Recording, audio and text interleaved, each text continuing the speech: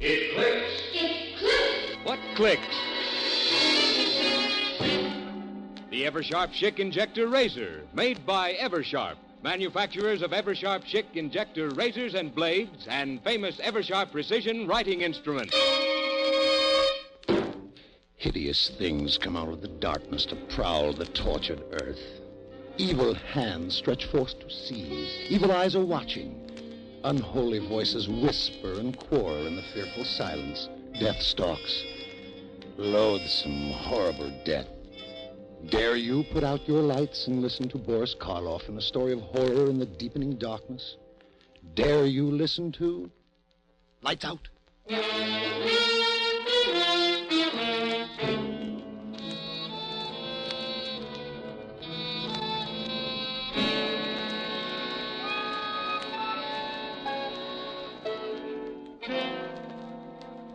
I'm glad you brought up the question of ethics, Ed. Sometimes I think science is too ethical. Stands in the way of research. I don't know, David. Take your work, for example. It's wonderful, but you have to be very cautious. I think working with monkeys is about as far as you should go right now. Oh, but Ed, David is past that stage. Why not show Ed the one you worked on today, darling? If you'd like to see it, Ed, it's right in the lab. Yes, I would. I saw it last night after you injected the poison. I'll get it, David. Thank you, dear. It's in the second cage. Ruth's a wonderful girl, David. Must be a big help to you in your work. Don't know what I'd do without her. But if she ever gets too interested in pure science, I'm going to lock her out of the lab and just make her go back to being a wife. How do you find time for a wife? Now, look here. All you practicing surgeons think the research man is a machine. Not me, Ed. Ruth means more to me than all the discoveries I might make. Her happiness is all I live and work for. Well, I can't say that I blame you. She's a very charming person. Here he is. Same one you saw last night, Ed. Stone dead. And there he is, just as healthy and alive as any other monkey.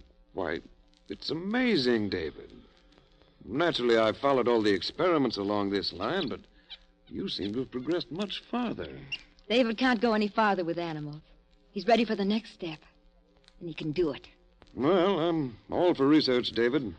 But you have a moral obligation in this sort of thing.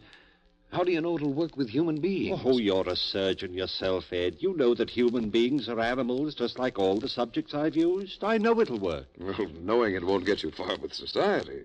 You'll have to submit proof. I know that, and I've tried every way I can think of to get a human being to demonstrate on. He's tried insane asylums, penitentiaries, everywhere. No one will listen to me. Well, in a way, you can't blame them. Even to me, with my training, the idea seems, well, blasphemous. My dear Ed, you can't stop scientific progress because of a so-called moral concept. Besides, what could be less blasphemous than to triumph over death? I'm sorry, but I can't see it that way. I wouldn't want to try it on me. When I'm dead, I want to stay dead. Oh, that's foolish, Ed. Well, if I die first, I want David to use me for a subject. Ruth. Don't look so startled, Ed. She's always been my strongest supporter, but I'm not going to use her as a subject. I like her too well as a wife. Still, it gives me the shivers to hear you talk that way, Ruth. Well, why? I've seen David's work grow to where the technique is perfect. Before long, his experiments will be recognized by the whole medical world. And if I can help him achieve that goal, I'm willing to do anything. Living or dead. I mean it.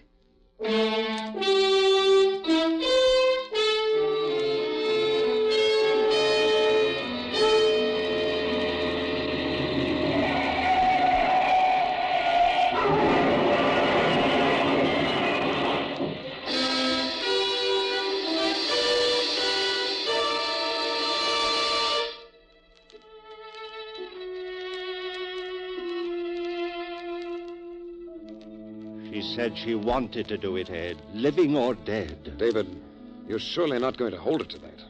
Not now. Of course I am. She meant it. But I called you over here tonight, Ed, because I need help. don't tell me that. But I want you to help me bring Ruth's... to bring her here. That's exactly what I mean. David. Will you help me? Or must I bribe some stranger? David, why don't you give this thing up? It's inhuman. Ed, if I succeed, I'll have Ruth back. Don't you see how much it means? Well, yes, if you're successful. Oh, I've no doubt about that. Look, I've got my laboratory record. 714 times I performed the experiment on guinea pigs, rabbits, monkeys. 714 times it's been successful. Don't you see? But, David, this is no laboratory experiment. Ruth was your wife. She is my wife. The only woman I ever loved. That's why I want to bring her back here and start her breathing and living again. There's an ugly name for what you're asking me to do, David. I know. Grave robbery. But there's a better name for it, Ed. Death robbery. We'll rob old man Death.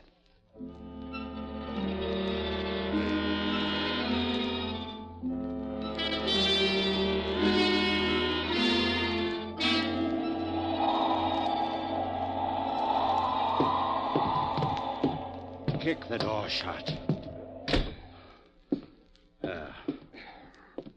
On the operating table.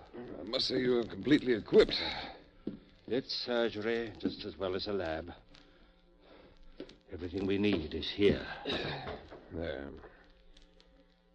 Well, it's done. Not yet. You mean you want me to stay? Ed, listen. Ever since Ruth, well, I guess I've leaned on you for everything. I won't ask you to stay, but I do need you. Just a little longer. All right, David. I'll stay. Ruth will be the first to thank you when we succeed. David, I'll always doubt this until I see Ruth living, breathing, smiling again. It won't be long, just a matter of 15 or 20 minutes. If nothing happens. What will you do if your operation doesn't work? Then you'll have just one more job to do as my friend. And that? Will be to bury both of us. Oh, now look, David. If Ruth isn't alive again within a few minutes, I'll have lost her forever. And I'll have proved that my whole life's work is useless. I'll have reason enough to use any of a dozen tricks that any good surgeon knows. End the whole business. Oh, but don't look so horrified, Ed. We won't fail. Let's begin. I should remind you once more, David, that you're usurping powers that belong to God Almighty. I like to think that Providence has wisely held back the knowledge of things like this until we knew how to use them, and I know how. Hand me that large beaker. All right. I'm not going to back out on you, David. What shall I do? Do. You'll work as you haven't worked in surgery before. Thank heavens I've got your skill on my side.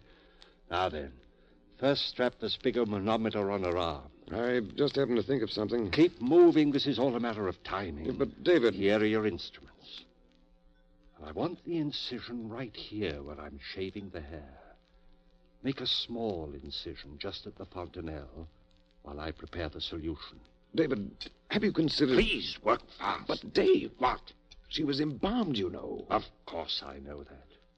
I've something to replace the blood and counteract the fluid. It's ghastly. Finish the cut. I know what I'm doing. Well, that's all for the incision, but after all... Good work, nice. Now cut away the dura mater. Entirely? Leave the brain exposed? Yes, I'll fix that. I've done it 700-odd times. Well, this is no guinea pig or monkey. Well, I hardly need reminding. Sorry. What's that? A compound I've synthesized myself. What is it? I call it digamma-paradiamine. Oh, I know that isn't chemically correct, but it's as close as I can get to it.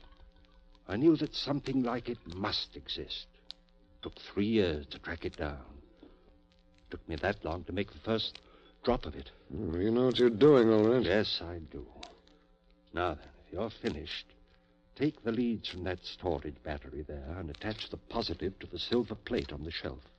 Put that at her feet. I feel as if I were doing something unholy. Place the tip of the negative in the incision you made in the skull. Be sure the tip of the wire actually penetrates the pia mater.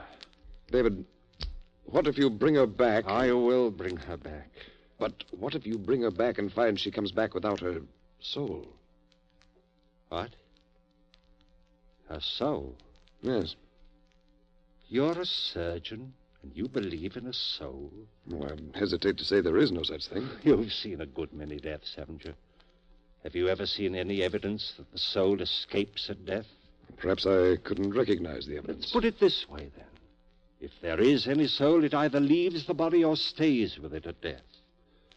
Now, no reputable surgeon or physician has ever been able to report the slightest evidence of the soul's having left the body. So the soul, if there is a soul, must stay with the body, a part of it. I'm ready now, if you've finished. Everything's set. Good. Close that switch then at the battery. Watch the meter and keep the current between plus and minus 5 of 150. There's a rheostat on the edge of the table. All right? All right. Now, I'm going to inject 10 cc's of adrenaline in the brachial artery. Adrenaline? Adrenaline and something else. There. God, she's beautiful, Ed. Yes. She was. She is. You'll see her in a few minutes, just as she was. I wonder what you'll have to tell us. Nothing. Death is only a transcendental sleep. Do you really believe that, David? Oh, well, what's the difference? How's the current? Now, let's see. What? It's jumped to 180. Good. Bring it back to 150. That's the result of the injection. On a dead body? Let's say suspended animation. There are still a few things in surgery you don't know, aren't there? I never dreamed of a reaction like that. I'll show you more. Help me swing this lamp over here. But... Let the ammeter go. It'll hold steady for a minute now. But it might jump again. No, it won't. I've been all through this before. The reactions are exactly the same as the others. What, this lamp? X-rays? No, it's a modification of the cathode ray. And just another of my developments. I call these our theta rays. Why do you call them that? Well, most rays are named for the first few letters in the Greek alphabet. Alpha, beta, gamma, and so on. Well, that explains theta. Didn't you say a theta? Yes. But theta was called the letter of death by the ancient Greeks. Well, that's right. It was the first letter in the word thanatos. Death. I see. A theta without death. Maybe I was too sentimental. Maybe. At least human for once. Let's not argue. Here goes the ray. Now, quickly. The solution. Inject it? No, pump it. I built this pump especially for it. There's the pump switch, Ed. Here? Yeah. Turn it on. And watch the ammeter. Okay. It's jumping. How far? 155. Let it go. 160. 170. Hold it there. It'll stay there now. Listen carefully. Yes. As soon as I turn off the pump, I want spigma readings. But there won't be any blood pressure. Wait and see. Give me a reading each time I ask for it and take them carefully. Are you ready? This is fantastic. I'm ready. Okay. Reading. Systolic 0. Diastolic 0. That's all right. It'll take a few seconds. Now. 40. My God. Diastolic. Hurry. 0. My aortic valve is still open. I'll turn off the ray. Reading. 48. Over 42. David. Not yet. Now the stopwatch. 7 seconds after I say go, I want the systolic. Now you have it? Right. Ready. Now, go.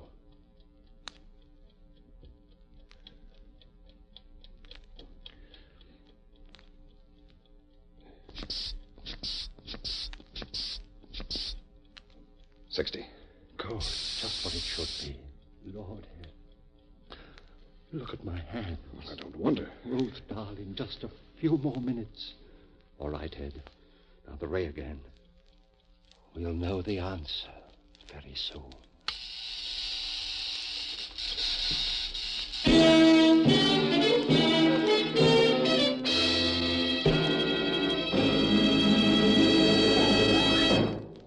The second act of Lights Out